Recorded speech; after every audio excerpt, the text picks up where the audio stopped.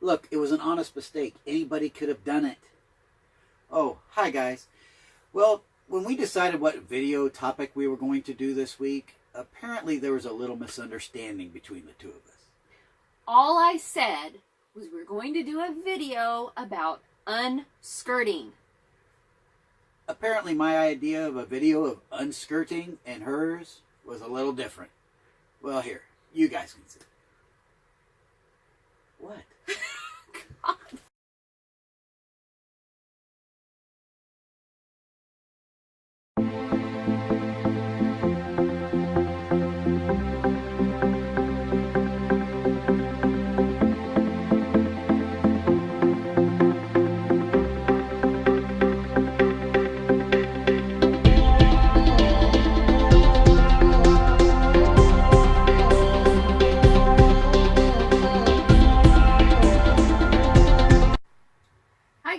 I'm Valerie. And I'm Matt. And our channel is Wanderfish. We talk all about full-time RV living, mostly stationary because we both still work full-time, but we travel whenever we can.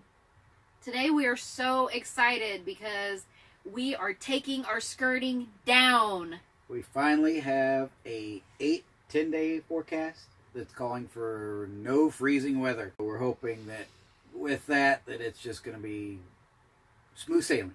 If we do if we do happen to get any more freezing weather, hopefully it's not going to be more than just like one freak day. Yeah, just dip down overnight or something like that. And that's okay. We can handle that without the skirting. So it has been a really long, hard winter. It's been a rough one this year. Yeah, we've had so much snow this year. We broke records. Record snow for the last 20 years, and then it would snow, 6 inches at a time, and then it was just bitterly cold, so then the snow would not melt and it stuck around, and we had quite a while there that it was right around freezing, or I'm sorry, 0, and then just bitter winds that were 20 below. And I kind of feel like we got spoiled because I think that last winter, the first winter in our RV, was our practice winter when we still had our apartment as backup and we were transitioning. I kind of feel like we got duped. Yeah, it's kind of funny because I think there's several of our videos that are on our playlist from last year that we had to move back and forth every 2 weeks or a month at a time. I think there's several videos that we did there that was in December and January that we're walking around in t-shirts. And so that was not happening this year. It was bitter cold. But we're very pleased with the way our skirting turned out.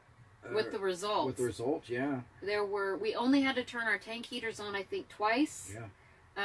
And we had at least a 20-degree difference. So it was 20 degrees warmer under the camper than the outside temperature. And that was probably even just the worst case was 20 degrees, because there were several times that the temperature would hover right around 15-20 degrees for days and days on end, and we would run 45, 50, mid 50s underneath, and so we were super pleased with that.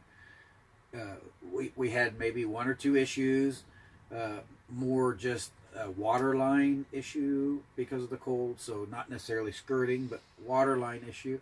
So all in all, we were super pleased. This video is going to show you how the panels are held up against the camper, how the system we came up with to keep them up against the camper without falling underneath, how they work together, kind of as like a solid wall all the way around the camper, and how that helped to keep the wind and the snow and the cold air from going underneath.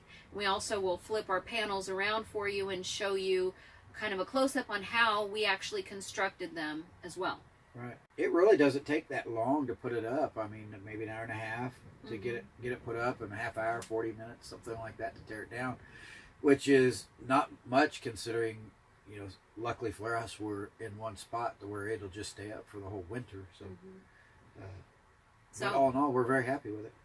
We're excited. We're going into spring now, so this is the first step. It feels like we can take a deep breath. The hard part of winter is over, and even though there's a little bit of work involved in taking down the skirting, we're so excited, and we're excited to share it with you. It's one of those things that when you come home and you see the skirting, you realize it's still winter. So it's going to be nice to come home and see no skirting, because then that also means travel time, because we're always a little nervous about driving with the camper in cold weather. So we're not necessarily worried about the weather that we're in. We're worried about getting somewhere and not being able to come back home because of the snow or the ice. So we know with the skirting being down, we can hook up and go anytime we want now. So we are definitely looking forward to that. Yep. We're going to go outside and start taking the skirting down. So be prepared to be amused. Start cutting the things. I'll start on the other side. So start on this end here. Sure, just cut the things, and on that one there's kind of spots around the hitch and stuff too, so.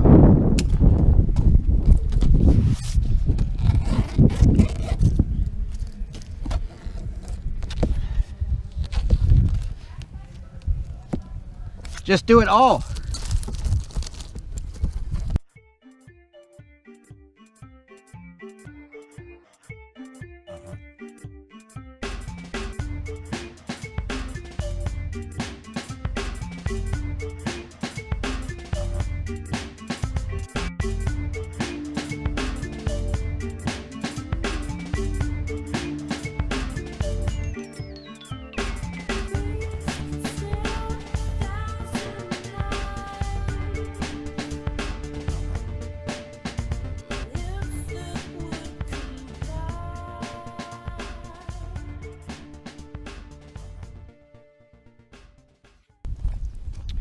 Okay, now that we have our end panels off, we'll kind of show you an underview of what the whole thing looks like from underneath, and hopefully we got enough light underneath there where you can see.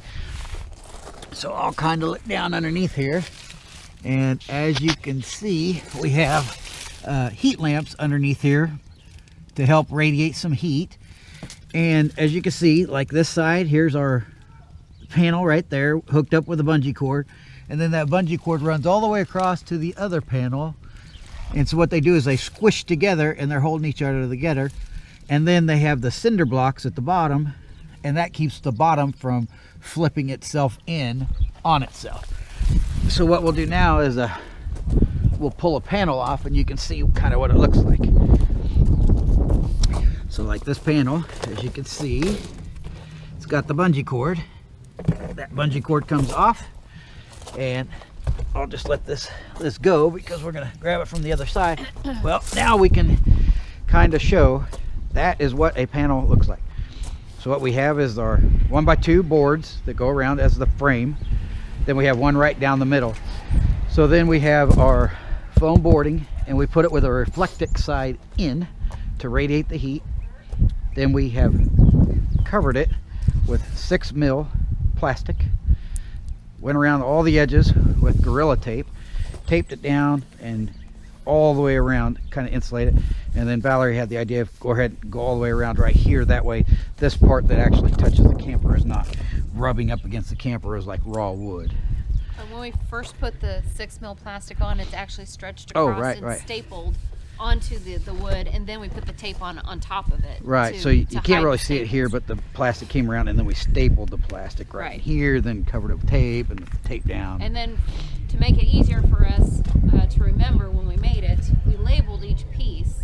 So this one is the panel that goes right under the water heater. For our water heater. And each one of our panels is labeled that way so that when we use it again next year, it's like putting a puzzle together, and you know where things go instead of spending extra time trying to figure out how it all fits together.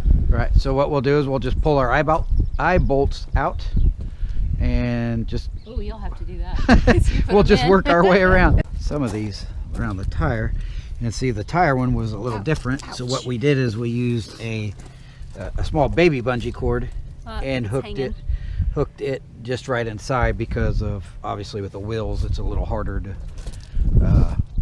hook to the other side.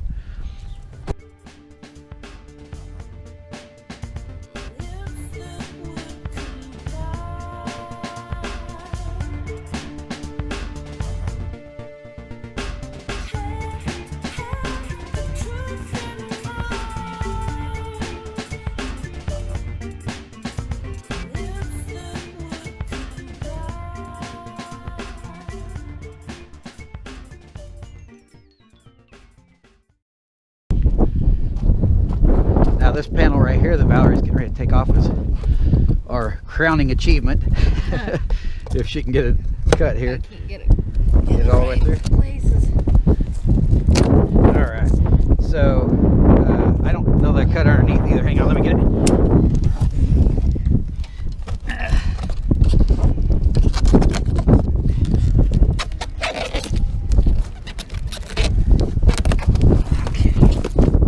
So you cut loose there? Okay, so we got this piece loose. Now I need to cut right down the middle. Hang on. I got it cut on this side. Yeah, okay, so you're ready there. Ready? So now what we did is just make basically 2 giant C's. Oops, cut on our rope. Here we go. So we have 2 giant C's that basically just come together. There's one just like it on the other side that just, they come in like that. And of course that left a gap around the batteries, and that is where the sandbags came into play. And that helped fill in that gap, and then Matt made an additional board for underneath to help fill in the air gap underneath on the front under the propane tanks. Right.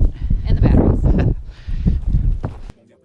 I guess I travel lightly, alternative or pop. It's just so cheesy bread and really has no depth. You tell me sugar coated, I'd rather exit left. Cause I'm not Superman and baby, I know it's lame. In fact, you're kryptonite, packed inside some Samsonite. No clap from Mr. Whipple, so one goes squeeze the Charmin. You drop your Hershey syrup, that's all I messy Marvin. It's like when Warhol painted, they couldn't see his gift. So I'll just package all my work and serve it up as this.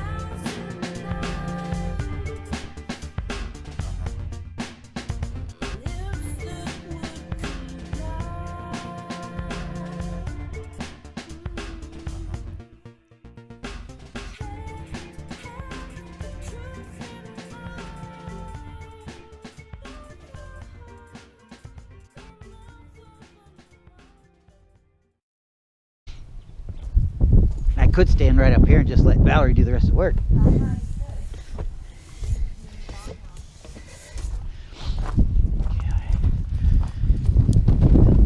Ooh. Ouch. Are you okay? I'm fine. Sorry. Workman's comp. Is the camera okay? That's what you meant the first time. I know what you meant.